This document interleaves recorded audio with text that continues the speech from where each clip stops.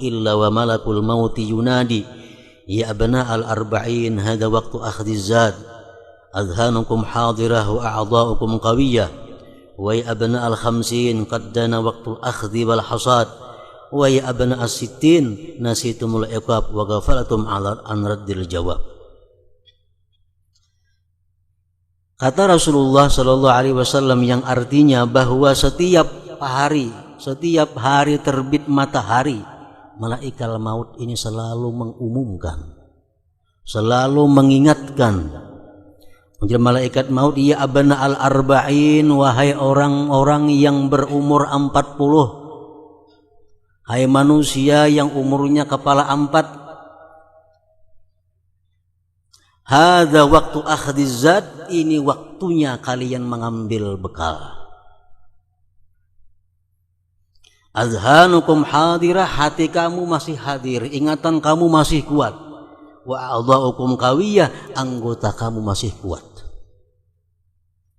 Umur 40 itu umur di mana kita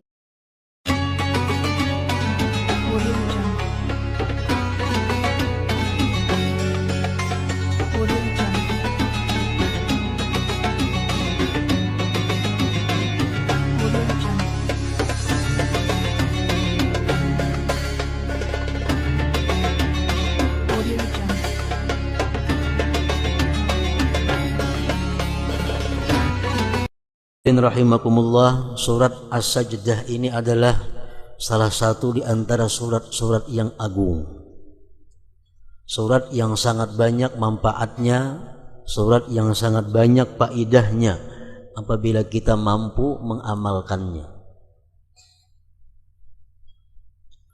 Rasulullah sallallahu alaihi wasallam bersabda, alif lam mim tanzil taji'u laha janahani yaumal qiyamah tuzillu sahibaha wa taqulu la sabila alaihi la sabila alaihi. Sabda Rasulullah bahwa surat Sajdah ini nantinya pada hari kiamat dia datang dengan 2 sayapnya di padang mahsyar, di tempat yang sangat panas. Surat Sajdah ini datang dengan 2 sayap. Dia menaungi orang yang membacanya, dia melindungi orang yang membacanya. Dan surat As-Sajdah itu berkata, la sabila alaihi la sabila alaihi. Tidak ada jalan untuk mengganggu ini orang, tidak ada jalan untuk menyiksa ini orang, tidak ada jalan untuk menyakiti ini orang. Salah satu di antara keutamaan surat As-Sajdah ini.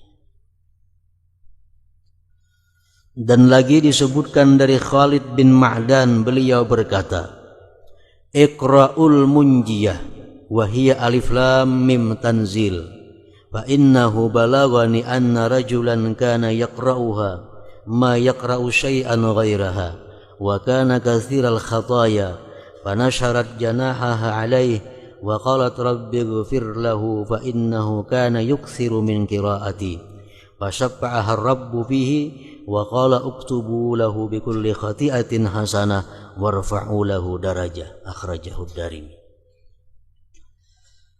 Bacalah oleh kamu ini surat yang menyelamatkan, yaitu surat As-Sajdah. Telah sampai kabar kepadaku, kata beliau, bahwa seorang laki-laki dia di dalam dunia membaca surat Sajdah ini, mengamalkan surat Sajdah, dan dia tidak mengamalkan surat yang lainnya. Ma yaqra'u syai'an ghairaha.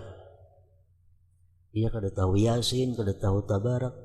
Yang diamalkannya setiap hari adalah surat Alif Lam Mim Sajdah. Wa kana katsiral khataya, dan orang ini banyak mempunyai dosa. Nah, pada hari kiamat nanti di padang mahsyar ini surat As-Sajdah membuka sayapnya dan dia berkata kepada Allah Subhanahu wa taala. Surat Sajdah ini berkata, Rabbi ghfir lahu, ya Allah ampuni dia, karena dia sering membaca aku.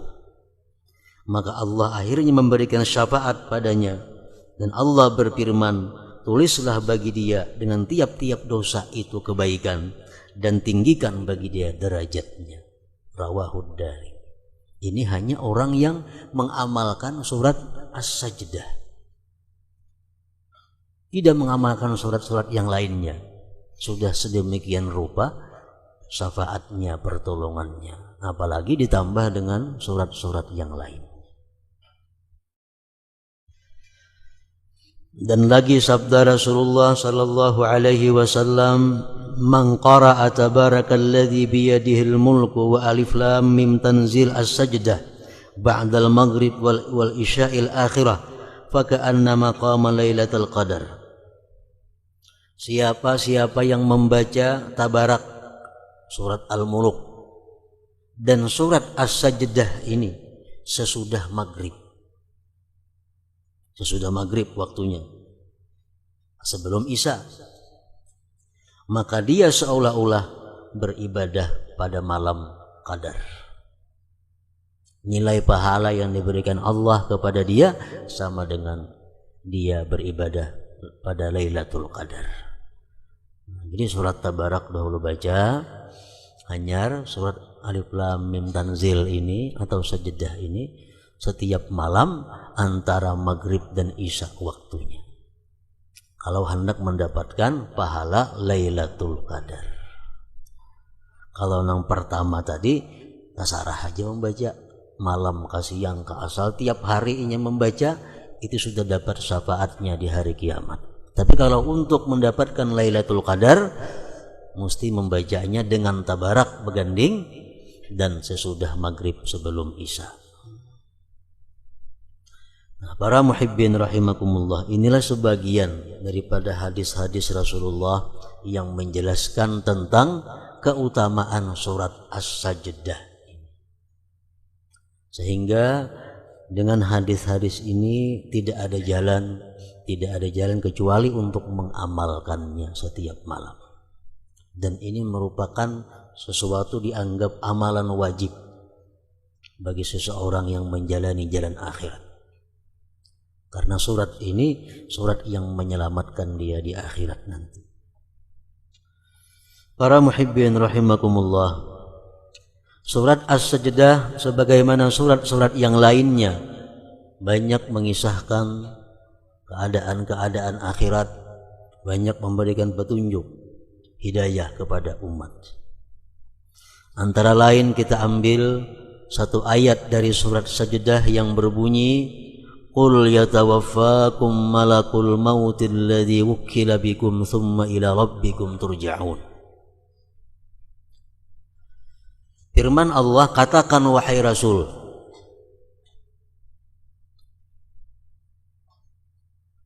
selagi akan mewafatkan akan kamu oleh malaikat maut.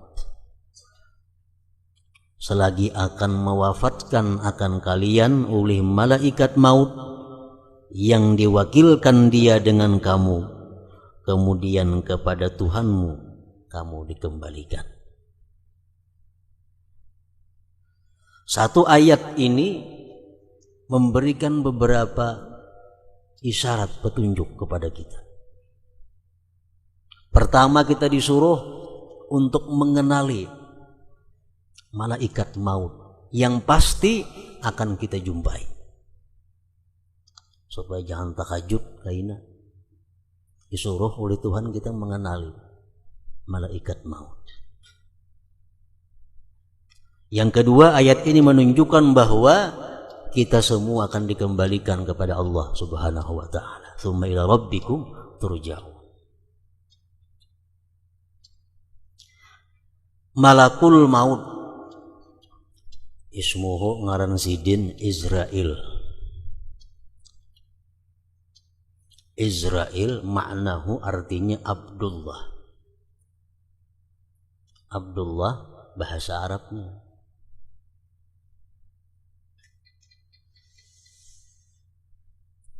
Lahu rusulun bagi malaikat maut yang bernama Israel ini banyak mempunyai utusan-utusan yang selalu dikirim kepada manusia.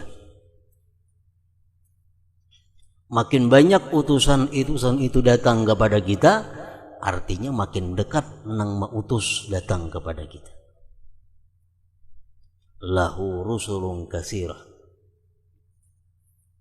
Kama warada fil khabar, di dalam hadis disebutkan asyaibu wal amradu wa taghayyuru sam'i wal basar wal ajzu min rusuli malakil maut.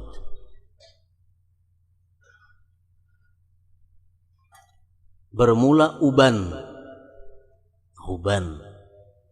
penyakit, berubahnya pendengaran penglihatan, lemah anggota tubuh, itu merupakan sebagian daripada utusan malaikat maut. Rambut kita dahulunya hirang, dahulunya bagus, tiba-tiba datang putih. Dicabut sebilah tumbuh 2, cabut 2 tumbuh 5, makin banyak utusan. Dulunya sihat, dulunya kada pernah sakit, datang utusan malaikat maut, mulai datang macam-macam penyakit. Dulunya mata, telinga normal, sekarang mata batasmat, telinga pakai alat. Dulunya kuat, sekarang lemah. Itu semua kata Rasulullah adalah min rusuli malakil maut, utusan-utusan malaikat maut. Dan ini merupakan bagian dari kasih sayang Allah Subhanahu wa ta'ala kepada kita, bahwa kita dikabari oleh Allah. Jauh-jauh hari kita dikabari.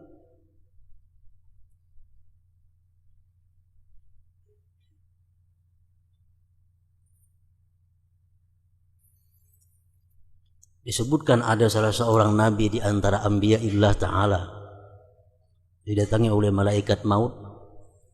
Nabi ini berbicara dengan malaikat maut bahwa kalau engkau datang kepadaku, tolong beri aku kabar sebelumnya supaya aku bersiap-siap, kata itu Nabi tadi. Kata malaikat maut, baik. Ulik malaikat maut. Beberapa puluh tahun berikutnya datang malaikat maut kepada Nabi tadi. Napa kabar ikam di Nabi? Dia malaikat maut, aku hendak mencabut roh engkau. Maka ikam janji mengabari aku. Kenapa bakajutan datang? Dia malaikat maut tuh kabarnya di kepala ikam. Dulunya hirang aku datang ke sini, sekarang lah bisa paruh orang putihnya. Itu kabarku, itu utusanku. Makanya dilarang kita mencabut uban. Dilarang mencabut uban. Dilarang mewarnai uban dengan hitam. Kenapa? Semacam kada sudi dengan utusan malaikat maut. Itu menyebabkan kita lupa dengan keadaan kita yang sebenarnya. Para muhibbin rahimakumullah. Namun kadang-kadang ada orang yang tidak ada utusan malaikat maut langsung mati. Orangnya kada behuban, orangnya masih sigar, orangnya masih bugar, mata masih hawas, telinga masih baik, mati mendadak. Itu ada juga sebagian manusia. Rasulullah SAW bersabda, mautul faj'ah rahatul mu'min wa asapun 'alal fajir. Rawahu Ahmad. Mati yang mendadak seperti itu sesuatu rahmat, sesuatu kelapangan kalau dia orang yang beriman. Kalau orang beriman, setiap saat pun dia mati, baik. Kenapa? Karena setiap saat dia siap untuk menghadap Allah Subhanahu wa ta'ala. Tapi kalau orang yang fajir, orang yang fasik, orang yang banyak maksiat kepada Allah, mati bakajut, celaka atasnya. Rasa hidup lagi, rasa sigar, rasa apa? Rasa panjang umur. Karena kada ada penyakit, kada ada uban, gigi masih baik semua. mati. Asafun, ini merupakan penyesalan, kerugian, kesedihan kalau orang itu fajir. Para muhibbin rahimakumullah, disebutkan dalam hadis yang berbunyi, ma min yaumin tatlu'u samsuhu illa wa malakul mauti yunadi ya abna al-arba'in hada waqtu akhdhiz zad adhanukum hadirah wa a'dha'ukum qawiyah wa ya abna al-khamsin qad dana waqtul akhdhi wal hasad wa ya abna as-sittin nasitumul iqab wa ghafalatum an raddil jawab. Kata Rasulullah sallallahu alaihi wasallam yang artinya bahwa setiap hari terbit matahari, malaikat maut ini selalu mengumumkan, selalu mengingatkan. Menjadi malaikat maut, ya abna al-arba'in, wahai orang-orang yang berumur 40, hai manusia yang umurnya kepala 4, hadza waktu akhdhiz zad, ini waktunya kalian mengambil bekal. Azhanukum hadirah, hati kamu masih hadir, ingatan kamu masih kuat. Wa a'dha'ukum qawiyah, anggota kamu masih kuat. Umur 40 itu umur di mana kita disuruh untuk mempersiapkan segala-galanya untuk menghadapi akhirat. Ujar malaikat maut mengingati kepada manusia.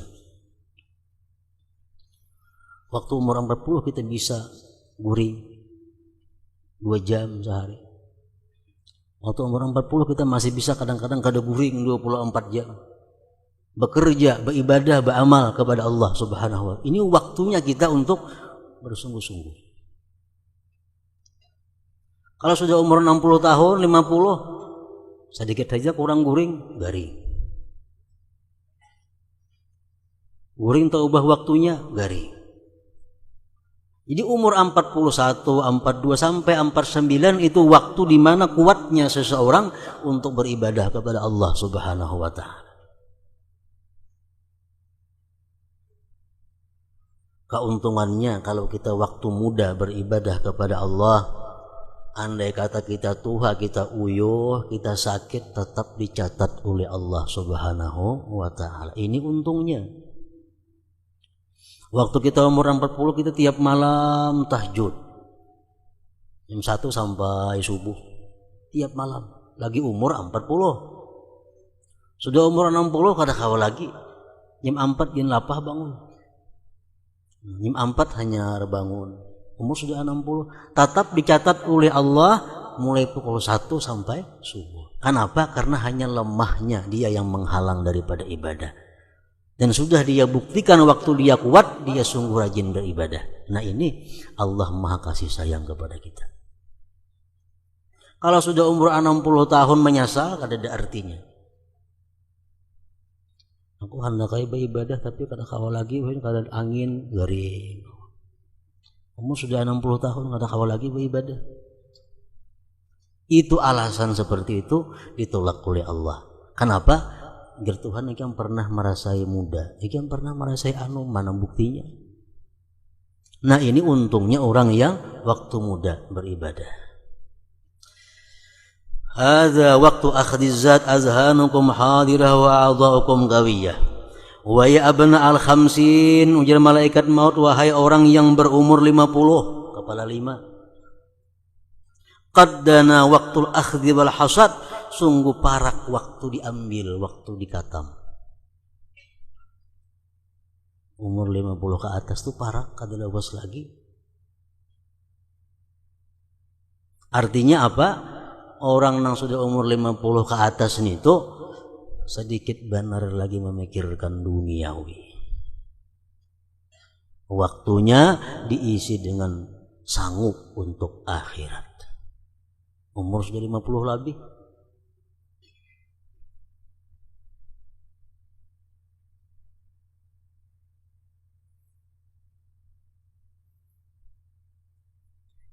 Hada waktu akhdhiz zat wa qad dana waqtul akhdhi wal hasad, wahai orang yang umur 50 tahun, waktunya sudah parak. Kada kawa ditambal-tambal, kada kawa diundur-undur lagi.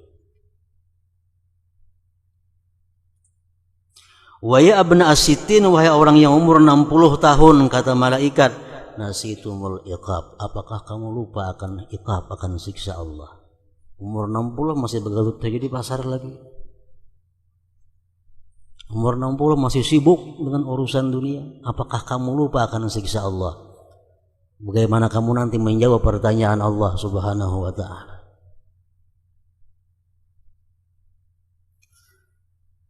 Para muhibbin rahimakumullah, itulah seruan malaikat maut kepada kita. Imam Al-Ghazali rahimahullah mengatakan, alal fajir salasu dawahil maut. Orang yang banyak dosa, al-fajir, ibarat ditimbang-timbang kalah kebaikannya. Dia itu kalau mati menemui 3 huru hara yang dahsyat.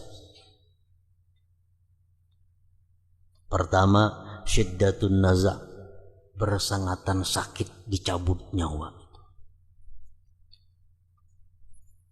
Wa huwa qadru 300 darbatin bisaif, kadar 300 kali cencang dengan pedang. Itu kematian. Sakitnya kayak apa? Kayak dipukul lawan pedang, dicancang 300 kali. Itu sakitnya orang mencabut nyawa.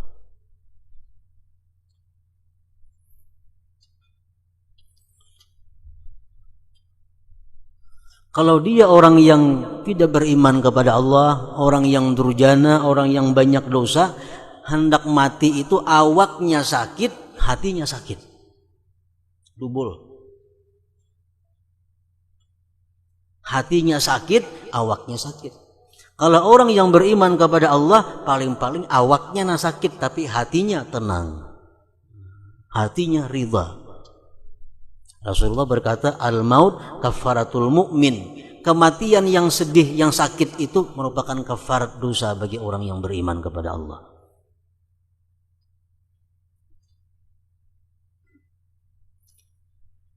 Imam Ghazali membandingkan kayak apa sakitnya itu mati bagi orang-orang yang jahat. Contoh, andai kata kita dipukuli oleh perampok, mulai kepala sampai betis dipukuhnya,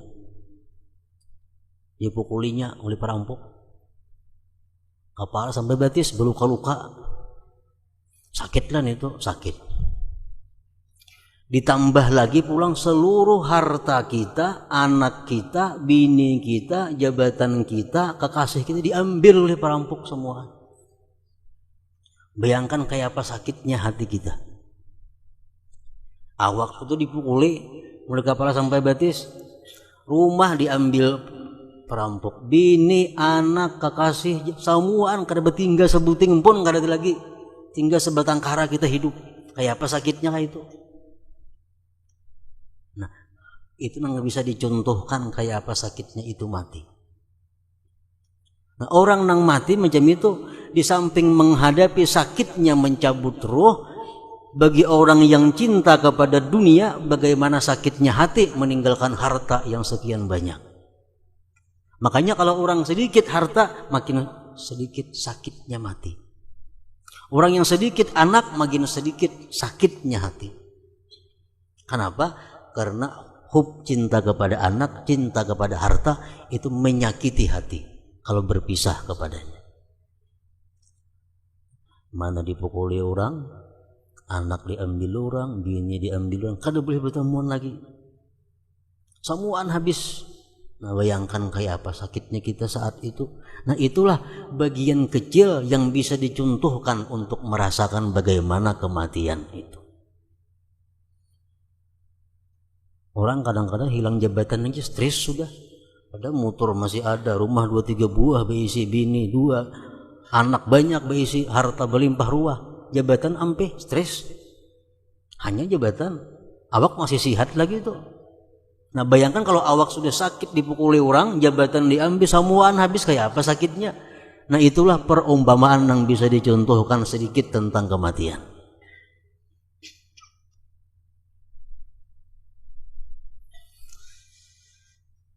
Lain hal orang beriman. Nah, orang beriman, orang yang takwa kepada Allah, orang yang tawakal kepada Allah, kada akan menemui sepedih itu. Sakit-sakit jo mati itu, cuma kada sesakit itu. Kenapa? Karena hatinya kada tergantung kepada yang dicintainya tadi. Pertama, sakitnya mati. Yang kedua, bagi orang yang banyak dosa itu adalah musyahadatu surati malakil maut. Dia melihat bagaimana bentuk rupa malaikat maut yang akan mencabut nyawanya. Rajulun aswad, laki-laki yang hitam, qaimus sya'ar, rambutnya cagar, muntinur rih, bau busuk, aswadus thiyab, pakaiannya hitam, yakhruju min fihi wa manakhirihi lahibun nar wad dukhan, keluar di mulut dan di hidungnya kukus dan api. Ini tunang datang sampai yang mencabut nyawa ini. Itu kalau kita banyak dosa, banyak maksiat, malaikat mautnya macam itu nang datang.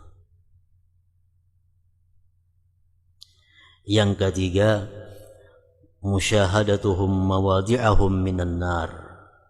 Sebelum dia mati, diperlihatkan tempatnya di dalam neraka. Ini orang yang fajir durjana. Nah, tiga itulah kesusahan-kesusahan yang dihadapi bagi orang yang mati banyak membawa dosa, maksiat kepada Allah Subhanahu wa ta'ala. Rasulullah bersabda, la yakhruja ahadukum minad dunya hatta ya'lama aina masiruhu wa hatta yara maq'adahu minal jannah awin nar.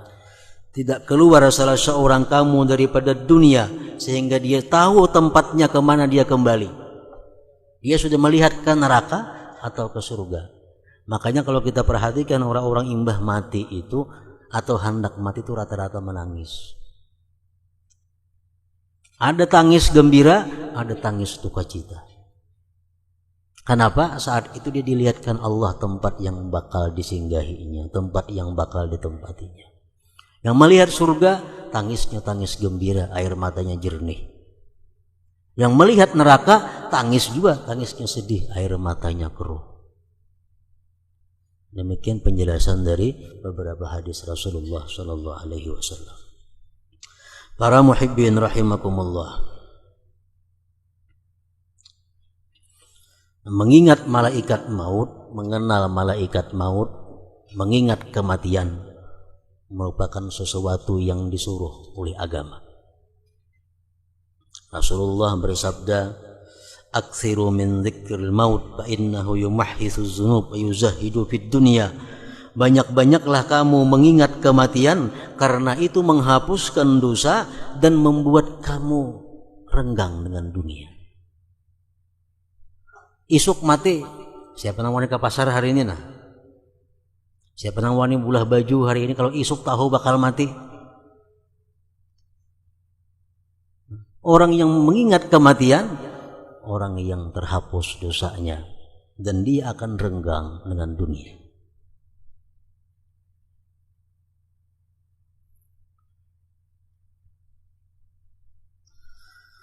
Seorang laki-laki datang kepada Rasulullah sallallahu alaihi wasallam. Laki-laki itu berkata, "Ya Rasulullah, man aqyasun nas wa akramun nas?" Siapa manusia yang paling pintar? Menurut pandangan Allah tentunya dan Rasulnya. Manusia paling mulia siapa? Rasulullah bersabda, "Aktsaruhum dzikran lil mauti wa ashadduhum isti'dadan lahu, ulaika humul aqyas, zahabu bi syarafid dunya wa karamatil akhirah." Manusia yang paling pintar itu, kata Rasulullah, adalah orang yang paling banyak ingat mati, paling lengkap persediaan menghadapi kematian. Manusia paling pintar. Orang yang persediaannya lengkap. Persediaannya sangat cukup untuk menghadapi itu. Kalau kita naik haji, kita 2-3 bulan sudah bersiap-siap. Bahkan setahun barangkali sudah siap-siap. Dan naik haji lagi 10 bulan sudah belajar kayak apa manasik haji. Kayak apa kena cara tawaf di Baitullah, kayak apa cara meluntar jamrah, kayak apa caranya wukuf di Arafah. Padahal lagi 10 bulan kita hanya naik haji.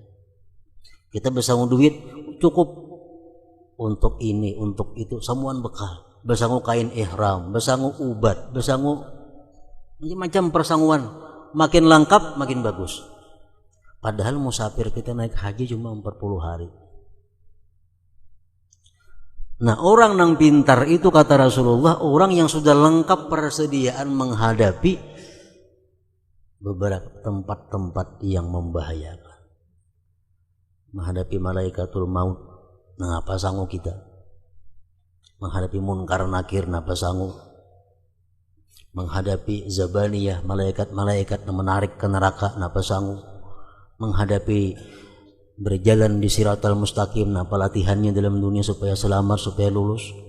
Nah, orang nang pintar, orang nang besangu untuk itu kata Rasulullah sallallahu alaihi wasallam. Wa asyadduhum isti'dada, dan orang yang paling sangat di antara mereka persiapan.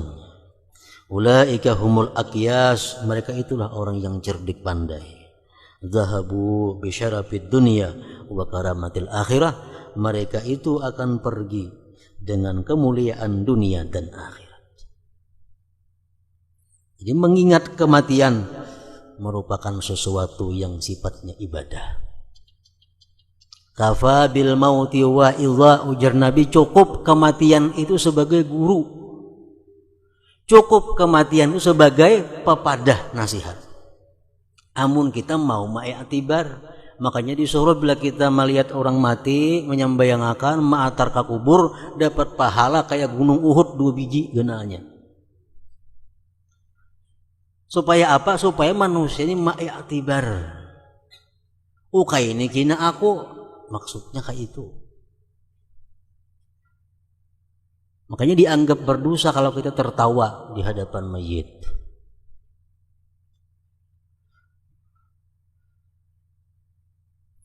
Bini-bini mati, bini-bini cuma ambil i'tibar. Laki-laki mati, laki-laki mah ambil i'tibar. Sidin becari dahulu siang malam, halal haram.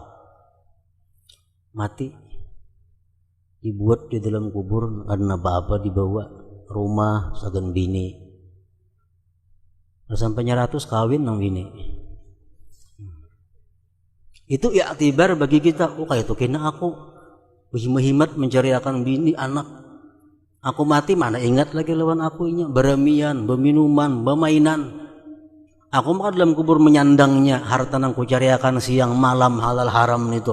Itu hendaknya diiktibar oleh kita.